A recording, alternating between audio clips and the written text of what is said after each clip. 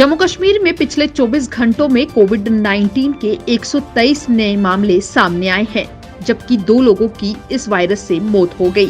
ताजा मामलों में से 58 जम्मू संभाग से और 65 कश्मीर घाटी से सामने आए हैं।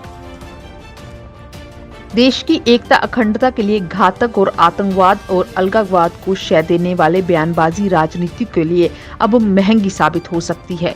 जम्मू कश्मीर पुलिस महानिदेशक दिलबाग सिंह ने उनके खिलाफ कठोर कार्रवाई के संकेत देते हुए कहा कि पतंग कटने से पहले उसकी डोर को लंबा छोड़ दिया जाता है। कुछ लोग लाशों पर वोटों की सियासत करना चाहते हैं, लेकिन हम उन्हें ऐसा नहीं करने देंगे। पुलिस मुख्यालय में पत्रकारों के साथ बातचीत में हैदरपोरा मुठभेड़ की एसआईटी जांच पर नेशनल कॉन्फ्रेंस, पीपल्स डेमोक्रेटिक पार्टी समेत विभिन्न राजनीतिक दलों द्वारा की जा रही आपत्तिजनक बयानबाजी पर उन्होंने कहा कि हम सचमुच इस पर अफसोस हो रहा है। इस तरह के गैर जिम्मेदाराना बयान देकर वे माहौल खराब करना चाहते हैं। उनकी बयानबाजी कानून का उल्लंघन है। कोरोना के बढ़ते मामलों के बीच एडमिनिस्ट्रेशन भी सख्त रवैया अपनाती हुई नजर आ रही है। इसी के चलते श्रीनगर डीसी एजाज अहमद ने श्रीनगर के लाल चौक का दौरा किया। इस मौके पर डीसी का कहना था कि अब देश के बाकी राज्यों में ओमिक्रॉन के मामलों में लगातार बढ़ोतरी नजर आ रही है और इसी के चलते एक ड्राइव चलाई जा रही है कि लोगों को दोबारा जागरूक किया जा सके और साथ ही साथ ध्यान रखा जा सके कि किसी भी तरीके की ढील ना हो। इस मौके पर एसएसपी श्रीनगर समेत अन्य अधिकारी भी मौजूद रहे।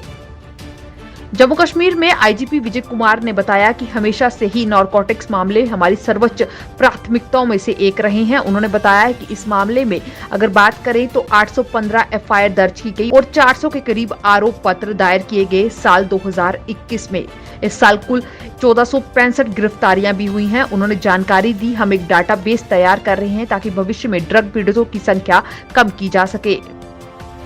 स्कूलों में केंद्र शासित प्रदेश जम्मू कश्मीर में साल 2022 में राष्ट्रीय शिक्षा नीति 2020 लागू करने की तैयारी है। State council for educational research and training नीति को प्रभावी तरीके से लागू करने पर कार्य कर रहा है। उम्मीद है कि मार्च अप्रैल में नए अकादमिक स्तर में राष्ट्रीय शिक्षा नीति को लागू करने में मदद मिल जाएगी। उच्च शिक्षा में राष्ट्रीय शिक्षा नीति लागू करने का टास्क फोर्स का गठन किया गया है। जम्मू कश्मीर में शिक्षा को लेकर उम्मीद यह भी है कि अप्रैल 2022 में स्कूल खोले जा सकते हैं।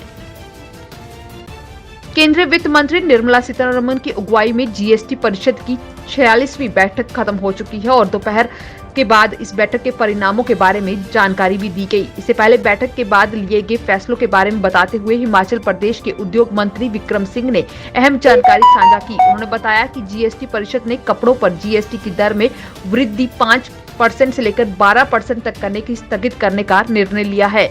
परिषद फरवरी 2022 में अपनी अगली बैठक में इस मामले की समीक्षा करेगी। नए साल पर जम्मू कश्मीर में मौसम का मिजाज बिगड़ने के आसार हैं। मौसम विज्ञान केंद्र श्रीनगर के अनुसार 1 से 3 जनवरी तक जम्मू और कश्मीर के कुछ हिस्सों में हल्की बारिश हो सकती है। कश्मीर में शीतलहर ने जोर पकड़ा है। सभी जिलों में रात्रि का न्यूनतम तापमान 0 से नीचे चल रहा है, जो सामान्य से 2 से 4 डिग्री नीचे है। जम्मू में मौसम में सुधार के साथ ठंडक कायम है।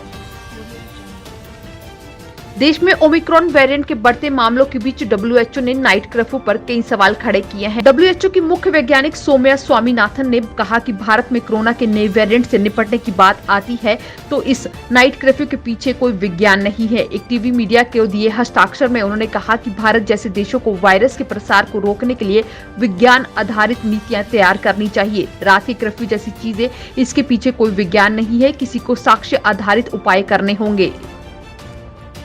सीमा सुरक्षा बल गुलमर्ग की तरफ से देश को नववर्ष की हार्दिक शुभकामनाएं दी गई और साथ ही साथ नववर्ष की पूर्व संध्या पर दिखाया गया कि कैसे सीमा पर बीएसएफ के जवान अपनी ड्यूटी कर रहे हैं। इस अवसर पर आईजी श्री राजा बाबू ने कहा कि सीमा पर सुरक्षा और उसकी सुरक्षा के लिए अगर बात की जाए तो बीएसएफ जवान कड़ी मेहनत कर रहे हैं। हम अपने राष्ट्र को सुरक्षित करने की पूरी कोशिश कर रहे हैं और साथ ही साथ पूरे देश को नववर्ष की हार्दिक शुभकामनाएं दी।